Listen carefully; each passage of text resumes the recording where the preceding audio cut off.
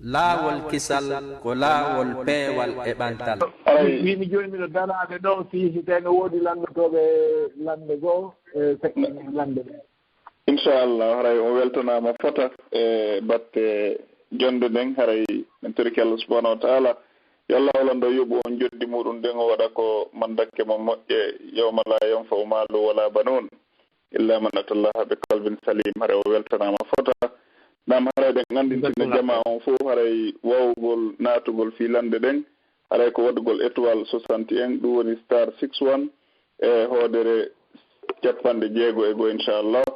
haray addi e wuɗitande ɗo inchallah oustaz haray woɓɓe no neli ɗo landal haray ɓe wi haray landal maɓɓe ngal yowitaki e mawdu moɗon ngon ɗo e ɗum ko haray ko fi mbobojo haray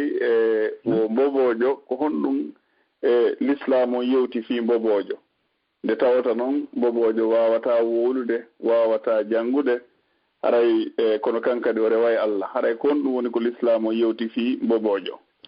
Mbobojo on ko la yukallifullahu nafsan illa wus'aha bere ko golle ko tere ɗen waɗata kon fof yo waɗu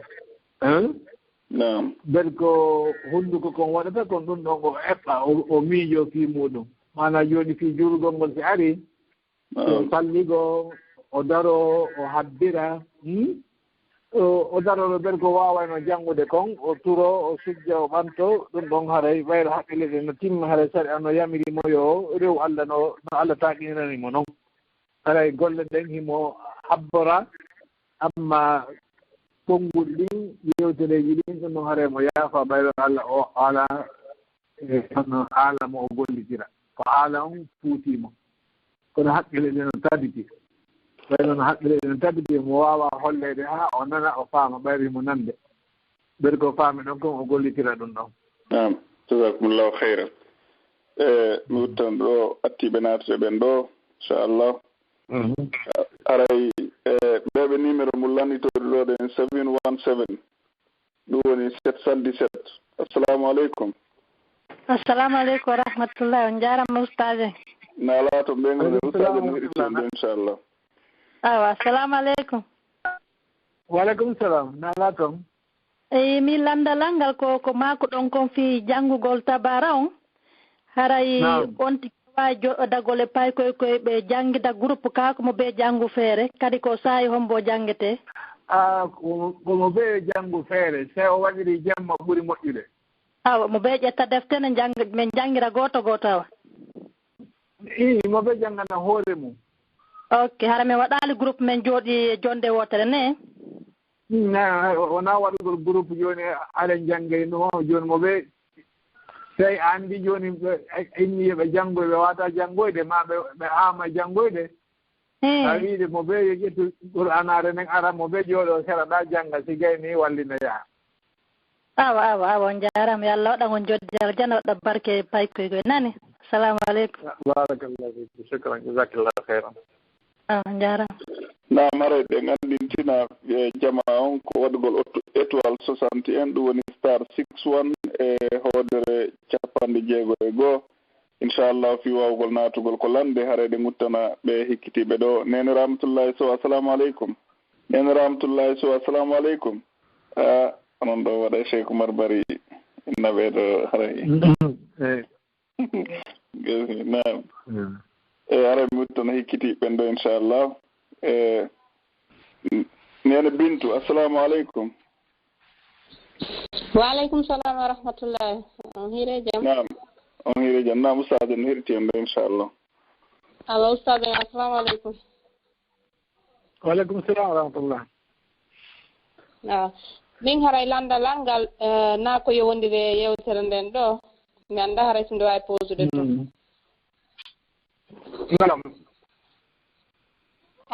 haray landalal ngal ko sonnajo landi o inni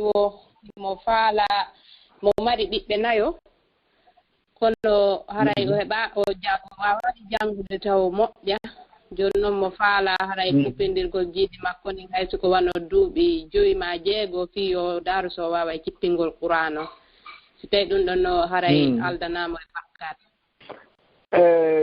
kufugo jiido on sara l'islam on ko wi ko si tawi sabu mum no woodi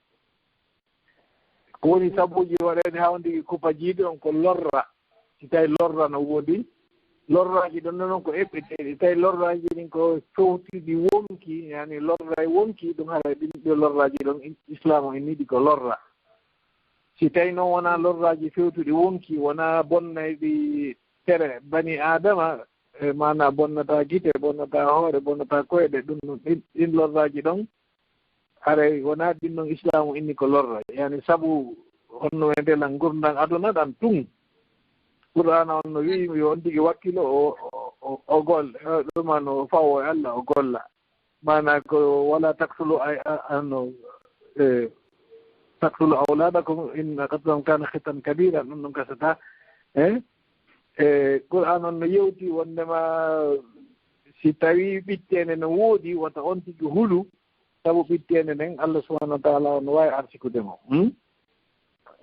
ولا تقتلوا أولادكم من إملاق ولا تقتلوا أولادكم خشية إملاق إملاق يعني كو باسال سونجا تامبل في ديبانسي جونو سي تاوي باسانغال نو وودي الله سبحانه وتعالى وي الله اوكوري او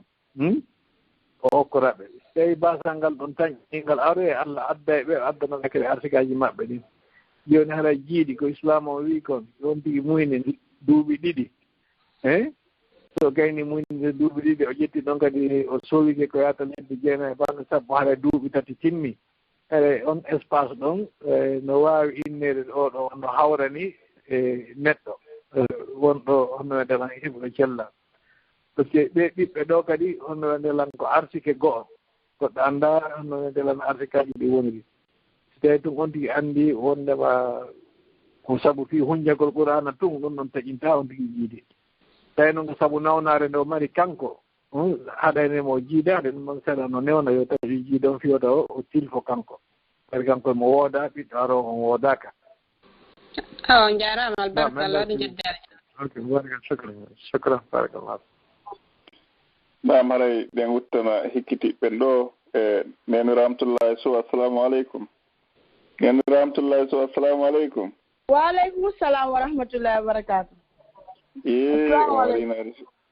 mi watti micro mi soke mon oustade no heɗiti on ɗo inchallah assalamu aleykum ustade waaleykum salam nana toon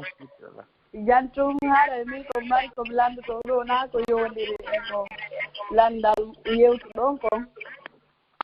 nam donc ko goɗɗo landila ɗo womo wondi e moodi makko honno mo tancini mo timmini honno ɗoftagol moodi makko ngol kono moodi makko nde o waɗi toon honno fotum gootum moodi makko ko inata kanko ɗoftakimo o teddina konngol makko donc moodi makko noon addi mo honno kamɓe woni ga ɗum kamɓe risque o moodi makko noon nde ɓe waddi goɗɗum o moodi makko ko inata o nattay mo o joni noon est ce que noon si mo kanko noon mo tañini mo timmini fof ko honno ko ɗoftoto moodi makko ko o joni noon si hewtoy ɗon ko moodi makko en ni nattay mo est ce que so salike honno hootugol ngol haray ɗon ko ɗum waaji ɗon mo ono ok kelen noon ko yondiri e ɗi masalaji ɗo ko hasi ɗum wona honno fatwa waɗete ko qada kono noon hakkunde fatwa e qada fatwa tawi ko min tum mari probléme hakkunde an e allah mi landoma e ñawanalam mi wakkilo mi waɗa kono so tawi woni hakkunde yimɓe ɗiɗo ara hannde kadi ɓeɗɗo ɗiɗo mo be jooɗo sifo joni si gorko inni debbo doftaki o adday dalil o sifo woɓɓe nana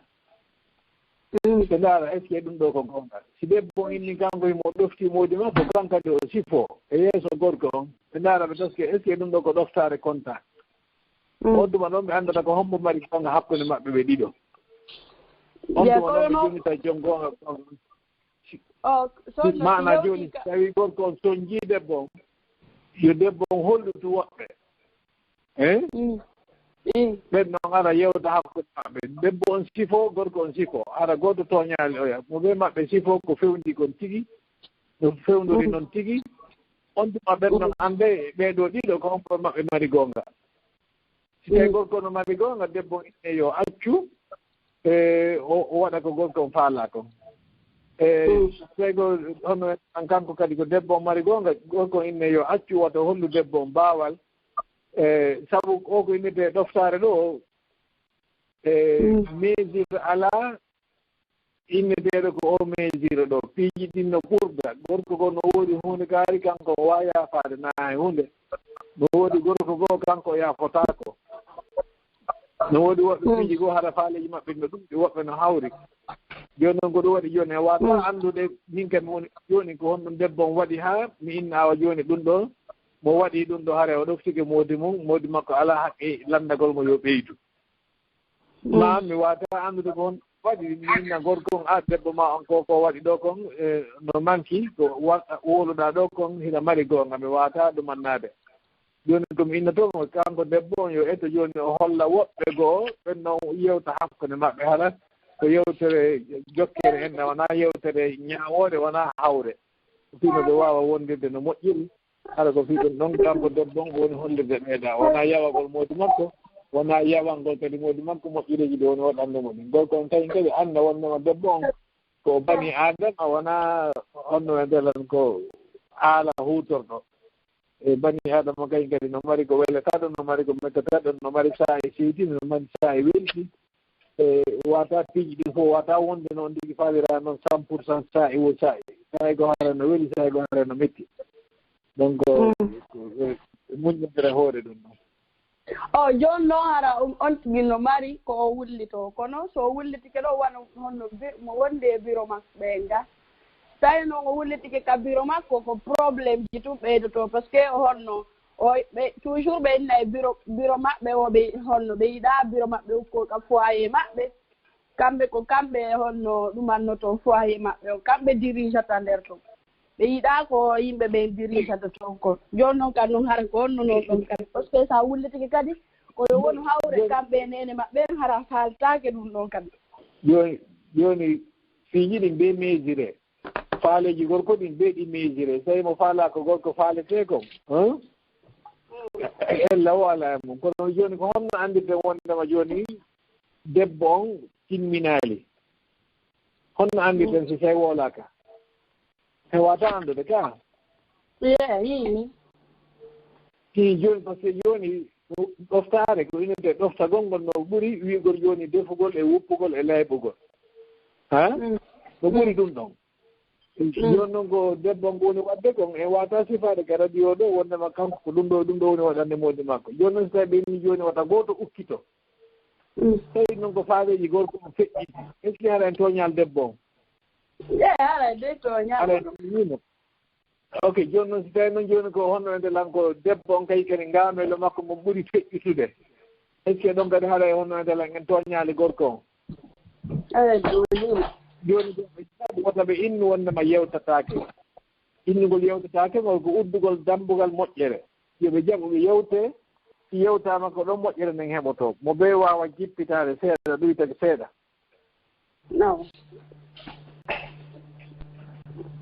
on jaarama jooni Allah baraji on jaarama fota haray feƴƴata ko ustade ma kon ɗo haray sonnajo on no wawi ndaarude kadi si tawi gorko no mari yimɓe ɓe o weldi e muɗum o nodda ɓe holla ɓe ande makko nden haray no gasa ɓen ɗon kadi wawa e wallitade haray ko ɗum ɗo woni ko ɓeytanten ɓe ɗon inchallah ɓe uttana hikkitiɓen ɗo inchallah nam nene Aisha Ba assalamu aleykum ɓe natirɓe ɗo email waaleykum salam tullahi wa barakatuh assalamu aleykum ustad Cheick Oumar no heeɗi on ɗon nam haray ndamari ɗo landal kono haray yowitaki e mawdu maɓɓe on hannde haray si tawi hara goɗɗo woɓɓe landi sey hara on tigi no woowi horugol ni lundi e jeudi hara noon o heɓa noon ganto ronka horugol ɗum ɗo yalli hara mo waawi yoɓutugol ɗum ɗon e ñallal goo wano ka weekend je ni haray no sellanamo ɗum ɗon kaɓaare ko sunna haray hay si o yoɓitaali laawolkisal ko laawol peewal si tawi hara on tigi no wowno horugol wano tenen e alkamsa ni ara noon jooni o heɓa ganto o ronka horugol ɗum ɗon hare hino sellanama ko yoɓita e ñalande goo ka hare ɓaare ko sunna hare hay so yoɓitaali suɗɗe noon matake joni si ɗen noon laaworimo sabu ngantomo o heɓi joni hikkude ɗon ɗen yo horuɗen ɗon joni o alkamisa ɗo laawi kemo joni yo horu tenen hikkude ɗon on ko hoore alkamisa o continue ɗon ella o ala mo ɗum ɗo yoɓatake ok awo jarama barka boy assalamu aleykum wa rahmatullahi on jarama noon kadi haray yimɓe ɓen no ɗuuɗi nder ga joni haray ɗen lanɗo ɗo oustade en kono yimɓe jelo ɓe wata ƴettugol mbaɗe gandere no gasara ɓe mari programme ji goo e mbiɗa gandere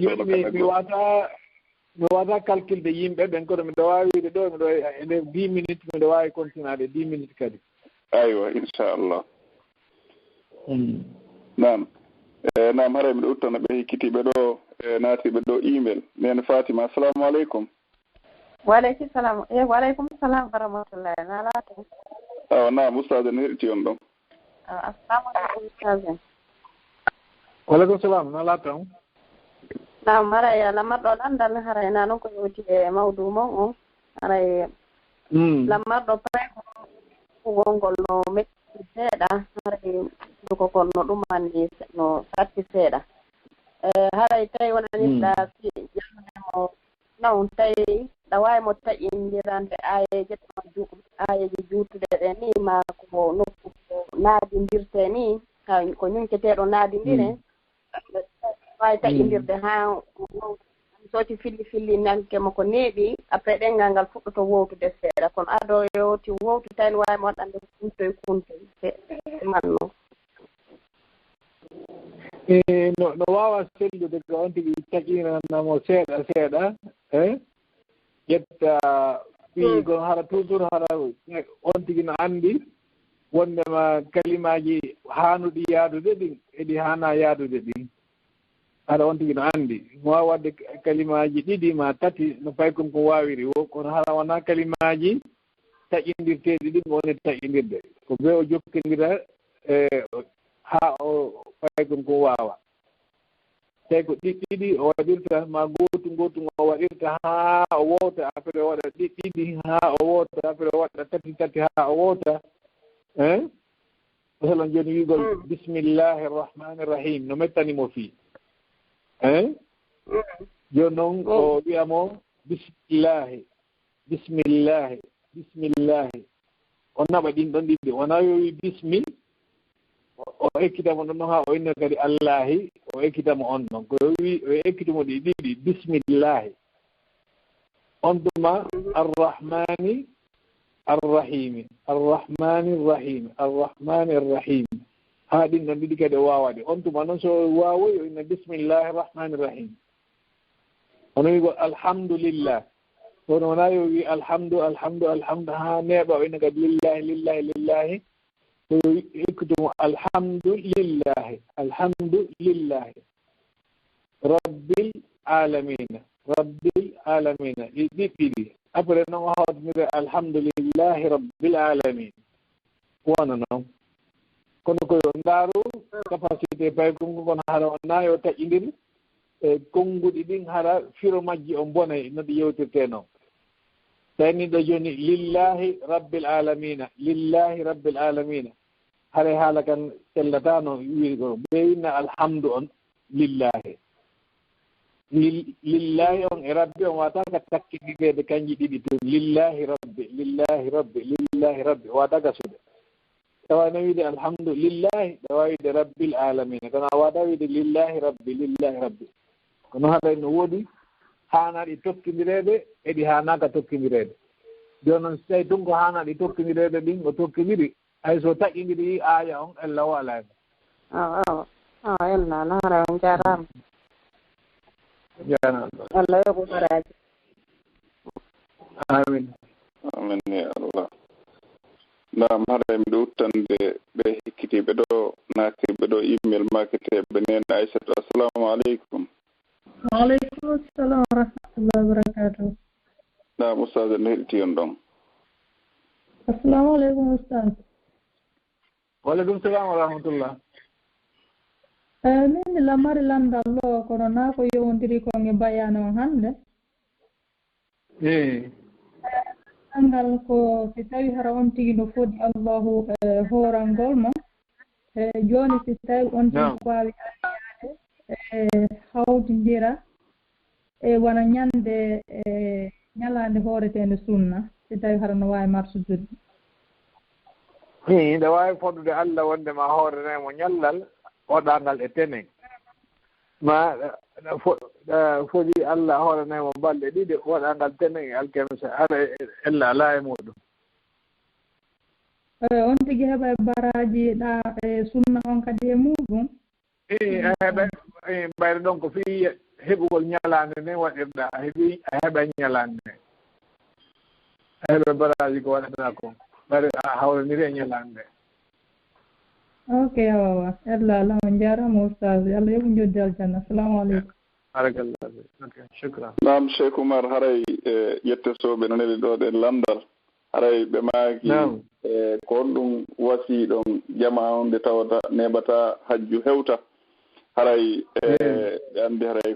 koye ngal banngal ɗon kadi ɗon tambitiɗon ɗen fota wonande yimɓe heɓayɓe jawdi ndin ɓe salo yowgol hajju ma on jonneteɓe jawdi yoɓe yo hajju ɓe na ɓe yahata hewtare taw ko ɓe yaha ma yahayɓe karamo ko ndaargol ko honno saa on fewndori si tawi hewti ko ɓe yaha ma si hewtari haray ko honɗum wasiɗo ɓeɗo yimɓe tato simen accita on mba neɓatara e programme moɗon on ɗo mako ɗon on lanna inchallah yani to mi innata jama on hajju on ko hunde newinde hunde welɗe wota goto hulu hajju hulɓinaki ko hunde moƴƴire hunde welɗe hunde newinde neɗɗo wota hulu fii ko wiyete kon peewal kala ko wonata sabu ha on tigi feewa woto hulu woɓɓe inna a fenno komi payko mi faalaka bonnude hajju an on waɗa neni o naɗa noon islam o wi islam o ko wiya ya hajja sa gayni hajjude on tuma noon yewten fii ko hekki ɓaawo hajju on kon marɗo moyen no selli laawol no newi visa heɓoto yo wakkilo o yaha kala yahuɗo hajju ha hande e yaali yahuɗo hajju inni mi nin siko mi yahanno hajju on ala joni noon kala heɓuɗo yo wakkilo yaha o hajjoya mi wola mi fillito ko mi wolnaka ha yimi hajju no weeli no foti no weeli fii hulɓinaki joni noon ɓayde ɗum ko noon woniri wota on tigi aamo kadi gurdal goto jeeyaɗam cellal ngal goto jeeyangal aaden selluɗo ken no wawa mayde aaden selluɗo ken no wawi jokkude joni wota goɗɗo jooɗo ha mayde nden juhamo ma o jukka so ɗinɗo fof o hisiɗi gasa ronkere aroyay si nder ronkere aroyi kadi ɗum ɗo fof haɗe mo yahude mo ɓeyo wakkilo yaha si tawi o heɓani hoore makko mo mara goɗɗo go'o itti e jawdi mum inni hajjinaymo yo wakkilo o yaha oto hulu jama on ko woni hulde kon hulɓinaki few joni noon yahuɗo hajju mo mari moƴƴere ko honɗon piiji makko feƴƴuɗi ɗin Allah o montay ɗi boneji ɗin fof montete ha laaɓa pos joni si on tigi Allah montanima ko feƴƴi kon fof o reeni geɓere ko lutti kon mo andi pellete ko feƴƴi kon no ɗuuɗi ɓuri ko lutti kon alay ko moƴƴere makko to on tigi aamo amma fi daarugol si tawi hewti ka yaha ma si hewtali ka yaha mi sikki joni enen ngol zamanu fewnigo ɗo en feƴƴit ɗum ɗon joni honno wendelan kala ko faalaɗa wadde a immoto waɗa kala ko faalaɗa wadde a immoto waɗa hato ñina e landagol hay e goto wono onon woni ɓe leyɗe sifaɗen leyɗe ka wonɗon ton haɗa ɗum ɓe leti ɗon suuti ɓen ɗon ɓe ala diina hay hunde ma ɓe jokka diina kono koɓe felliti ɓe waɗa wo ɓe immade ɓe waɗa Allah no laatinde neɗɗo kala neɗɗo woni julɗo woni keefeero so fiɓi waɗugol golle Allah o nena golle ɗe laato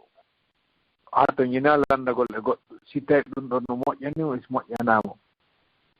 wonɓe wolude kamɓe ɓe anndi si moƴƴoytaɓen ɓe hottoto woni ɓe annda alhaali maɓɓe on no holli wonde maɓɓe annda kamɓe tigi sinaa ɗum no piihoy ɓuyi no rewde e hoore maɓɓe si ɓe annduno ɓe ettetono hara koye ɗo rewaali e hoore maɓɓe iɗen anndi ɗum fof kay wonɗen toon inno no yiyande goɗɗo on o alaa yiyande hoore makko wonɗo toraade haa goɗɗo ko heɓa on o alaa toraade kanko o heɓa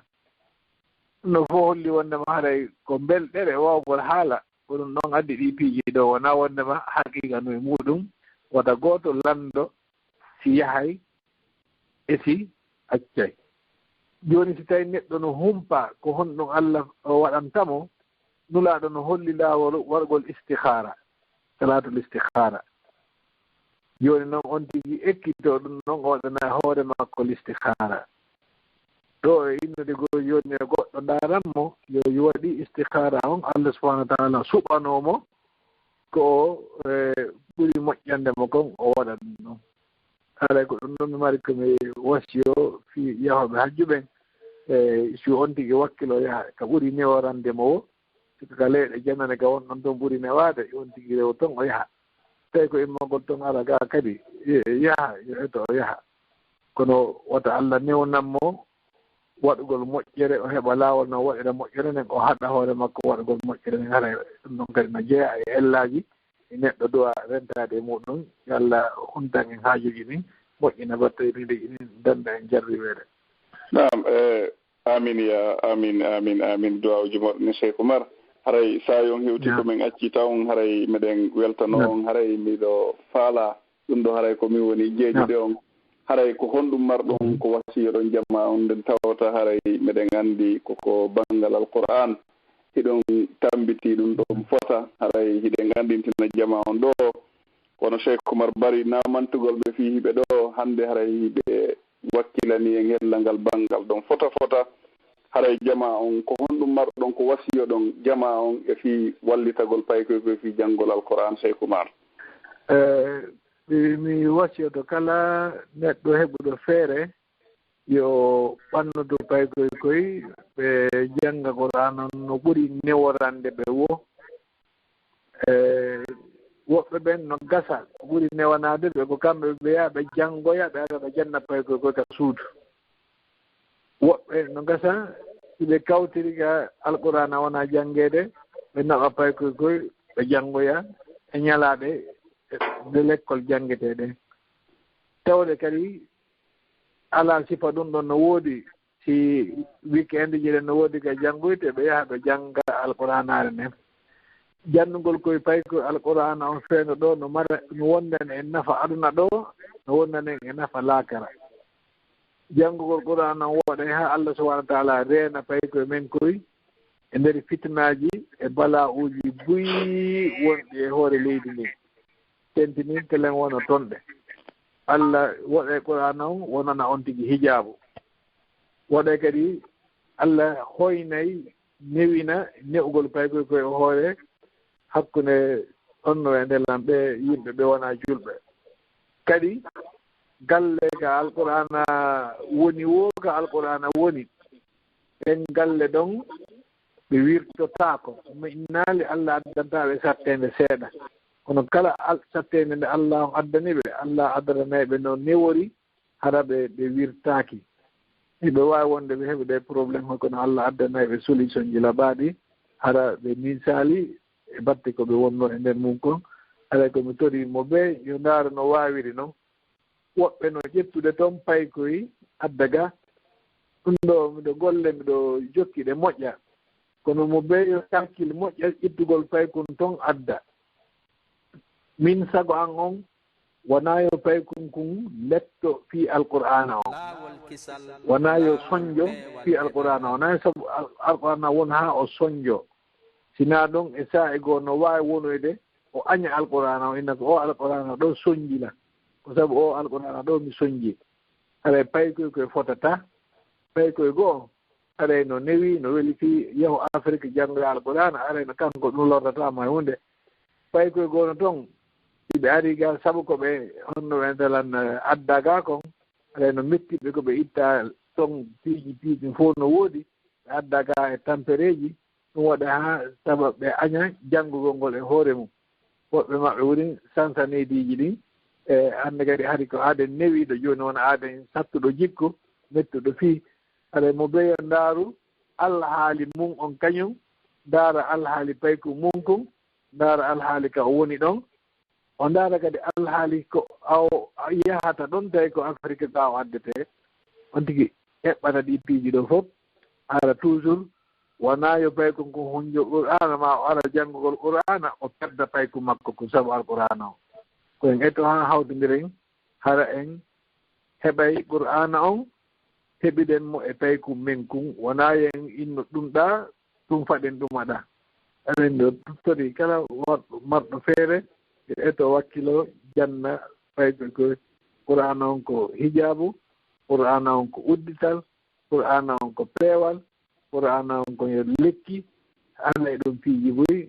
ara ko jama on ɓeydo wakkilade nam Cheick Oumar hare mi weltike fota miɗen tori Allah junnuɗo balɗe moɗon ɗen e ha min tawa e jonde nde waɗuɗon hara ko minen jogtoto jonde nden yo Allah ɓeyduɗe o junnaɗe kadi o waɗa barki e ɓeygure nden o ɓeyda cellal ngal o ɓeyda hijabu e meɗen en fo haray hiɗo weltana fota haray batteji moɗon ɗin kadi miɗen sutiɗi haray miɗen tori Allah Allah arno muuya e yiida e gurdam kadi ala fo en bakkatuji meɗen ɗin fo haray miɗo watta micro nge juuɗe nene men Hajja Fatmata ñippi haray ɓe maki ɓe faala salminde on haray ɗe ganditino jama on fof sa e meɗen on hewti haray Incha'Allahu en e juma kadi si tawi jon juma on jaaɓi mbeɗa wiya ko saɗi moɗon ko tooli ko duɗal meɗen laawol kisal sonnaɓe ɓen e ko laawol kisal hiɓɓen e ko Facebook e ko YouTube haray e ɗo weltana foto noon karamu ko ɓen yo Allah weltanon on fof haray watti micro nge juuɗe Hajja en assalamu aleykum wa rahmatullahi wa barakatuhu nam waaleykum assalam wa rahmatullahi wa barakatuhu saɓe men ko salmingol on tun ɗo mbayari salmodirale on jarama albarka ɓuri mi weltike fotta Allah hokku baraji ɗin onon kadi miɗen weltani on fotta miɗen gandi ko wakkilare molanade wonno wadde toon miɗen gandi attinoɓe yaade toon ɓen miɗen gandi kadi woɓɓe buyi honno wendela hari sifa ɗi piiji ɗo ala toon e wakkilagol mon ha tawa hanne gonga ɓe islam on heɓay toon hito mum on kañum kadi adna Allah nana islam on tellen ko woni ɗon toon ko wakkilare molanade eɗo weltana ɗon du'ana fi muɗum moƴƴanon minen wonɓe gaɓe fof miɗen weltori minen jerno minen du'ani on haɗa ko ɓeydugol wakkilare Allah moƴƴo kono min ɓuuri weltanade en torki subahana taala yo Allah subahana taala weltanno on waɗana on ɗum ɗo kamandeke mum ñande woni jawde ɓiɗɗo nafata amin aray tuuɗo men habbiti on kadi ka radio laawol kisal hara Inch'Allah haray ko radio meɗen fof ɓeɗe wo ko men wawi Inch'Allah haɗa miɗen heɗiki on ɓeɗe wo ko men wawimi wallude ko on wadde ɗon ko nafa meɗen en fof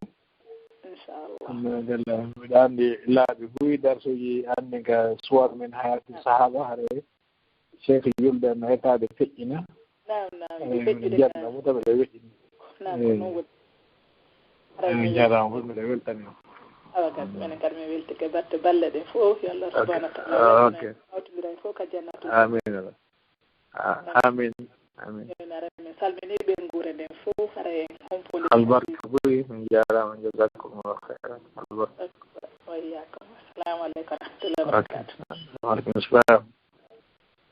nam musidɓe julɓe tedduɓe assalamu aleykum warahmatullahi wabarakatuhu harayno andirɗen noon haray ko ɗo bayana men o woni hattude hannde kadi inchallah haray weltanike seehuɓe men ɓen hara min weltanike on onon kadi heɗitiɓe men ɓen fof haray la yaafino fota